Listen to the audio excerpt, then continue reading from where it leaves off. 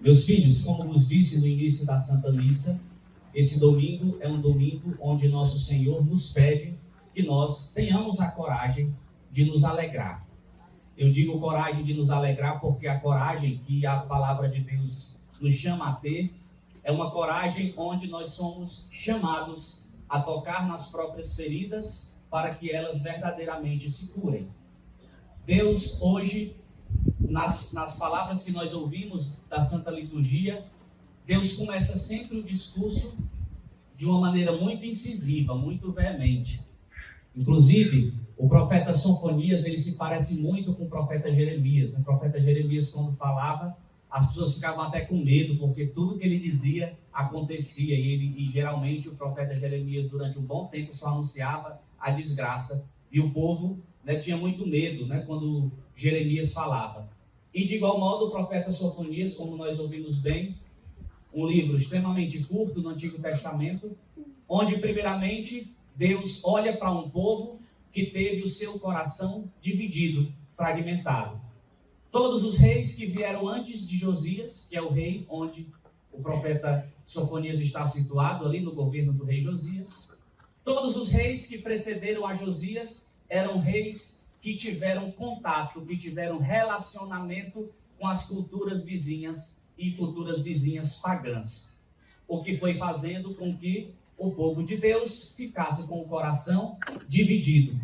Porque nós bem sabemos, quando muitas culturas circulam no mesmo lugar, nós ficamos com muitas possibilidades e às vezes tende-se a cair num determinado sincretismo, porque são muitas opções e você, ao invés de escolher uma só, você fica ali transitando entre várias culturas. Assim, Deus hoje diz, a última parte do profeta Sofonias é que Deus pede que aquele povo se alegre. Mas a mensagem anterior era a mensagem dizendo que Deus iria se livrar desse povo infiel. Porque a infidelidade toca em Deus e Deus fica irado. A infidelidade do ser humano faz com que Deus se ire e Deus dizia, eu não quero mais contato com esse povo. Mas depois o profeta muda o tom do seu discurso e diz de novo, também em nome de Deus, que agora Deus diz, se alegrem porque eu mesmo estarei no meio de vós.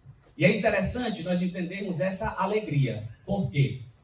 Para o povo antigo, a alegria no ser humano, enquanto um fenômeno, ela acontece quando o coração encontra aquilo que ele ama. Olha como isso é bonito, a teologia bíblica. Quando o coração encontra aquilo que ele ama, o coração ele fica feliz. O coração fica alegre. Essa é a alegria. O coração encontra aquilo que ele ama, ele tem o fenômeno da alegria. Mas o povo antigo também tinha a noção de centralidade da pessoa no coração. Primeiro, quem é que deve ocupar o centro dos corações? Deus, unicamente. Por isso que existe aí o mandamento, de amar a Deus sobre todas as coisas. Deus, ele deve ser o centro da alegria do coração humano. Quando Deus é o centro, eu estou diante de uma fonte que não se esgota. Eu estou diante de uma verdadeira fonte de felicidade. Que até nos meus momentos ruins, Deus me faz ter um coração cheio de paz. Por quê?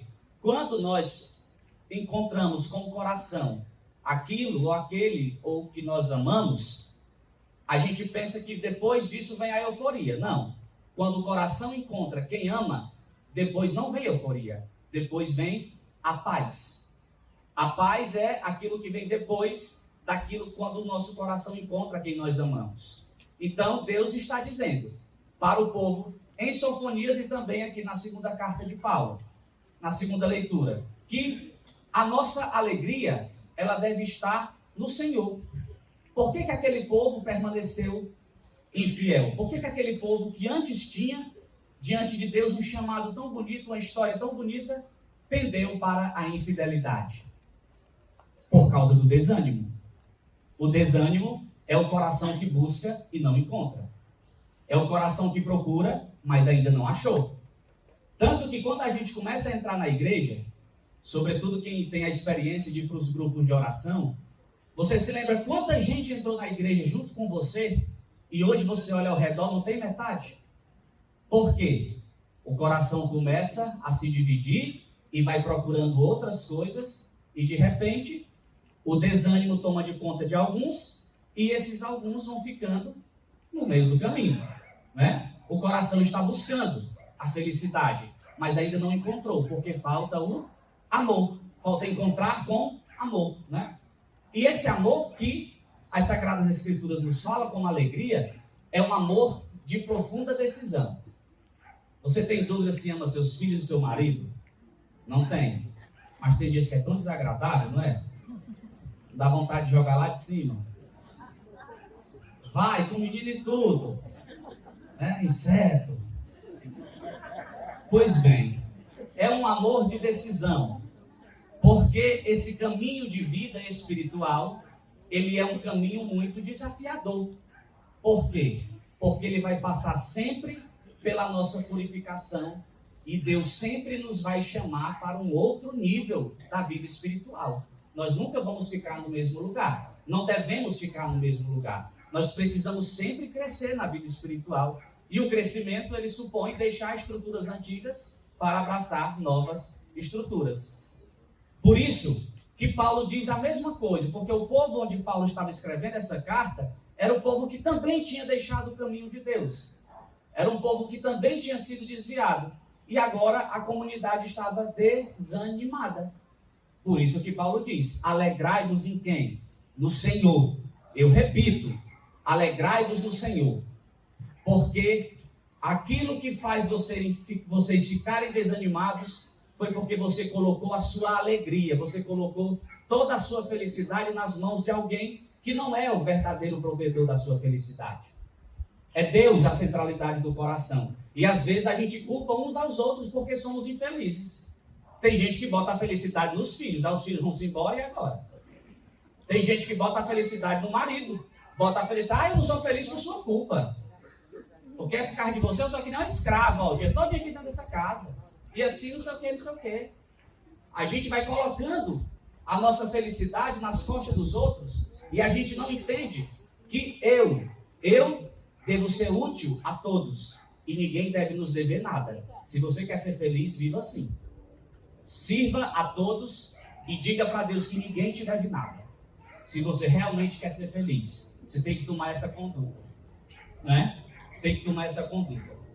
Assim, o Evangelho de São Lucas hoje, ele também traz, em comunhão com as leituras precedentes, uma mensagem muito bonita. São Lucas chama João Batista de evangelizador. Isso é um detalhe muito importante na teologia do Evangelho de São Lucas. Porque, em ordem cronológica, São Lucas ele é o terceiro evangelista a escrever. O primeiro é Marcos. E Marcos muitas vezes usa a palavra evangelho como conteúdo da mensagem. Lucas não. Lucas troca evangelho por palavra, para falar que o evangelho, que é o conteúdo, é aquilo que Jesus está ensinando. Só que Lucas, por 10 vezes no evangelho, ele coloca no infinitivo o verbo evangelizar, que isso muda totalmente de figura. Ah, padre, não é a mesma coisa? Não, não é. Evangelizar significa mensagem boa trazida por um anjo. Evangelizar significa uma mensagem boa que é trazida por um anjo. E como é que São Lucas escreve no primeiro capítulo? O anjo Gabriel foi anunciar a Virgem Maria. Então, nós temos aqui uma comunhão. Por que isso é importante eu entender agora? Porque nós ainda estamos lutando contra a descendência da serpente. Estamos lutando contra a descendência da serpente? Sim. Qual é a descendência da serpente? A gente viu domingo passado. É o pecado. Qual é a descendência da serpente? Isso, exatamente. É por isso que eu fico muito feliz quando eu preparo uma homilia para cá, que eu sei que vocês se lembram. Já está tudo guardado, né? Assim, quando São João Batista começa essa pregação de hoje que nós ouvimos no Evangelho, ele começa com a seguinte frase: raça de víboras. Raça de víboras. Que mensagem pesada. Víbora é o pior tipo de cobra de venenosa que tem. E João Batista chama toda aquela multidão que está vendo ele batizar de raça de víbora. Não é? Olha que coisa forte. E João continua. Vocês acham que vocês estão aplacando a ira de Deus? Vocês acham que são capazes de bloquear a ira de Deus? O machado está na raiz. Como quem diz, Deus está prestes a cortar todos vocês. Por quê? Porque não aceitaram a evangelização, a mensagem boa que é trazida pelo anjo. Aí, João Batista, quando prega a verdade, olha a consequência que nós trazemos quando estamos pregando a verdade. João Batista pregou a verdade. A primeira a fazer a pergunta a João Batista é a multidão. A multidão diz, o que é que nós devemos fazer? 3 grupos de pessoas perguntam a João Batista, o que eles devem fazer. E o primeiro grupo é a multidão. Você também é assim? Você é muito pregador no seu trabalho? Você prega lá, você fala de Deus no seu trabalho, mas é para pregar que nem católico, não é que nem chatólico. Tem gente que, antes da pessoa perguntar o que é que eu devo fazer, João Batista estava pregando a verdade, mas ele não estava falando nada para ninguém. E a gente, quando vai pregar, faz diferente. Aí chega logo assim, mulher está muito fuxiqueira, para. Vai tomar de conta da vida da tua vida, né? A gente vai logo dizendo sem a pessoa ter nos perguntado. A gente primeiro tem que pregar a verdade. Porque a verdade, ela cai como uma semente no coração das pessoas. Depois é que a gente, se a pessoa nos consultar, se a pessoa nos perguntar, é que a gente fala, a gente dá continuidade à evangelização. Mas vejam, esse fato de João Batista ter falado para as multidões, a quem ele chamou há pouco tempo de raça de víboras, ele está falando do pior de todos os pecados, que é o pecado do egoísmo. O pecado da pessoa que volta-se para si mesma, que não consegue olhar para o horizonte e enxergar um próximo. A primeira coisa que São João Batista está dizendo, a salvação nossa, ela passa sim pelo que eu faço de bom para alguém. A sua salvação passa por aquilo que você faz de bom para uma outra pessoa. Mesmo que a gente saiba que a nossa salvação, ela é individual, nós somos um sujeito coletivo. A igreja é um sujeito coletivo. A igreja é o corpo de Cristo. E aquilo que eu faço para ser salvo deve passar pela salvação de alguém. Tanto que a gente até diz, eu não vou amar os meus pais porque eles não merecem. Eu não vou fazer caridade porque eu não sei o que a pessoa vai fazer com dinheiro. Quando a gente está diante de um mandamento, não é se o outro merece ou não merece. É se eu sou salvo ou não sou. Porque o que Deus faz é olhar o que eu faço. Aquilo que o outro faz já está em outro departamento que não é o seu. Por isso que João diz, você tem 2 túnicas, dê uma para quem não tem. E a túnica é muito mais do que a roupa. A túnica é uma veste de solenidade. Uma veste melhor, de maior qualidade. E essa túnica, ela não só simboliza algo com que eu me visto, mas ela simboliza também a identidade. Aquilo que João está querendo dizer é que para eu matar o meu egoísmo, eu preciso partilhar também a minha identidade com alguém. Eu preciso partilhar aquilo que tem de bom em mim com outra pessoa. De repente um talento, de repente um dom, algo que tem em mim e que eu possa dividir com as pessoas, dividir com os outros. Depois, um outro grupo que vai até João e pergunta o que é que deve fazer é o grupo dos publicanos. Eram aqueles que cobravam os impostos e eles eram conhecidos como gente desonesta. A segunda mensagem de João é para quem ainda vive de desonestidade. E não se engane, as nossas igrejas estão cheias de gente desonesta. É gente que tem balança adulterada. Tem um negócio que dá uma agonia no meu juízo, para não dizer abuso que estou gravando. Mas tem um negócio que dá uma agonia no meu juízo. Você vai comprar um negócio, aí a pessoa já bota o preço bem aqui em cima, porque sabe que você vai pedir um desconto. Aí vai ficar aquela novela. Mas tanto. Não, nem eu nem você, vamos ser tanto. Aí fica aquele negócio que podemos cobrar logo uma coisa justa, que ganha tempo ele, ganha tempo você. Desonestidade é também algo que passa de você para o outro. Você precisa agir dentro dos seus ofícios com honestidade, porque a honestidade é uma condição sine qua non para que você se salve. O desonesto é o contrário do justo. O justo é aquele que tem o coração ajustado com o coração de Deus. O desonesto já está dizendo, o meu coração está em discórdia com o coração de Deus.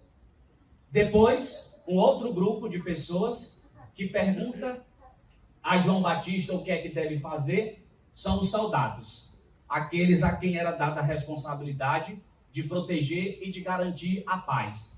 E eles faziam o quê? Adivinhe? Exatamente o contrário.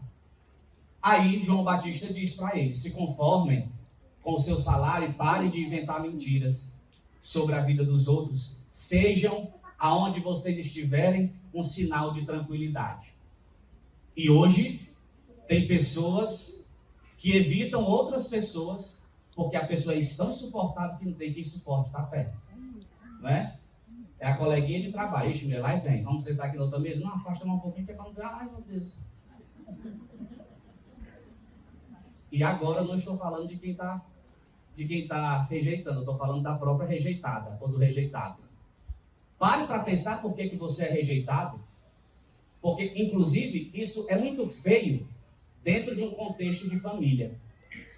As crianças e a esposa passam as maiores horas de paz é quando o marido não está em casa. Mas quando está perto de chegar, fica aquele negócio. Ai, teu pai está chegando. Se ele vê isso que vai, ai, meu Deus, não sei o que. Tem gente que onde chega é uma presença intranquila. Que ao invés de levar a paz, ao invés de levar a tranquilidade, ao invés da sua presença ser algo que as pessoas queiram perto, você é alguém que é evitado justamente porque você é insuportável. Não seja assim, que a sua presença no mundo, ela seja um sinal de paz, um sinal de tranquilidade. Porque fazer da vida dos outros um infortúnio, isso também é algo que prejudica a nossa salvação. E nós temos que começar a pensar e fazer aquilo que é certo, e não aquilo que a gente acha que é confortável. Com essas 3 perguntas que fazem a João Batista, João está dizendo, sejam capazes de tocar nas feridas de vocês. O problema é que nós temos na cabeça, a gente não quer passar o ônus do sentimento. A gente quer fazer as coisas e espera que venha de Deus, uma brisa bem forte, e eu de repente seja curado de tudo de ruim que eu sou. Não é assim não. É mão na massa. Se você tem um determinado pecado, se você quer se libertar, você tem que fazer o contrário dele. João está dizendo aqui agora. Ninguém está livre do âmbito da paixão, ninguém está livre. Até o Shakespeare diz isso lá no Hamlet. Me mostre um homem sem paixão que eu boto o meu coração colado com dele. Porque não existe. Sem paixão, sem lutar contra aquilo que eu sou de ruim, eu não consigo ser bom. Se você quer ser bom, você tem que tocar com muita sinceridade nas suas próprias feridas, para que elas sejam curadas. Igual um médico que vai lá e cauteriza, e mexe, que dói, que fere. Não espere um grande dia. A frase do momento é a chave virou. Não espere um momento que a chave vire sozinha não, que não é alma não. Vá lá você e vire. Vá lá você e vire a chave. E faça algo para a sua própria salvação. Por isso que eu disse que essa alegria de hoje é uma alegria que é só corajoso que pode ter. É alegria de corajoso.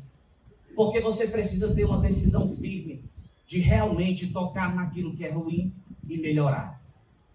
Mas vejam, João Batista, assim como os profetas anteriores, João Batista muda o tom do discurso. Ao final do trecho, João Batista não diz mais que Jesus está com o machado. Ele está com o que na mão no final do evangelho? Vocês estão prestando atenção? Está com uma pá. O que é que tem nas mãos agora? Uma pá. E João Batista agora fala do Deus que quer cuidar.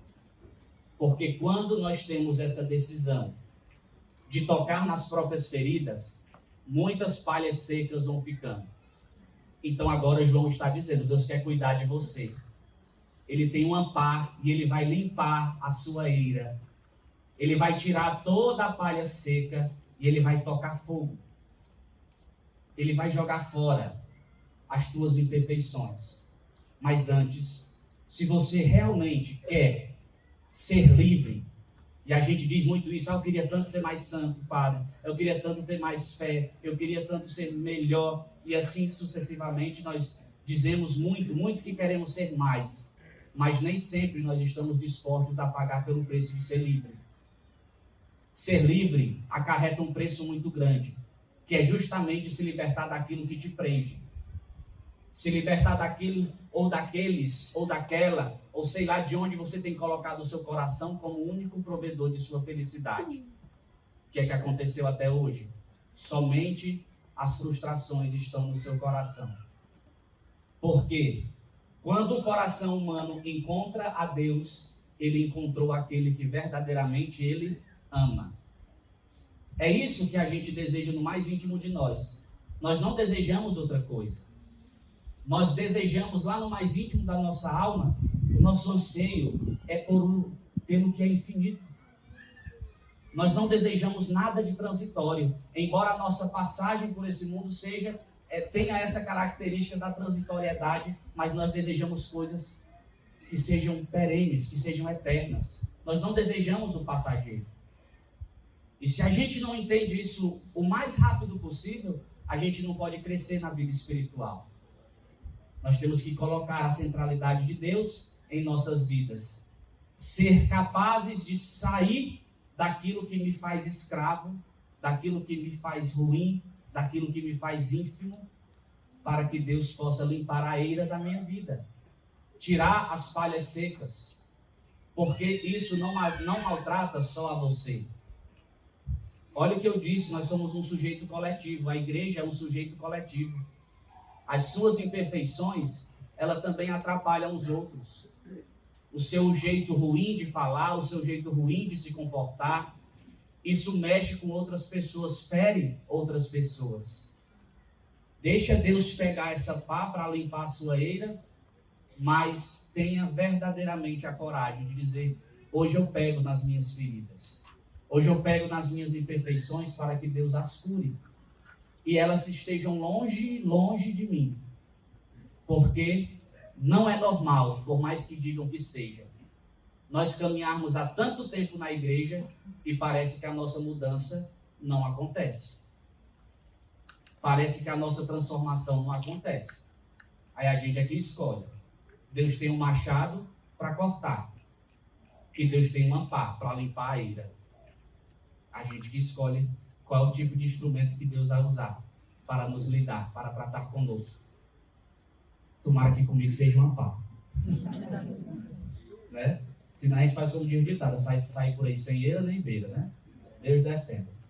Amém, meus filhos? Amém. Louvado seja nosso Senhor Jesus Cristo.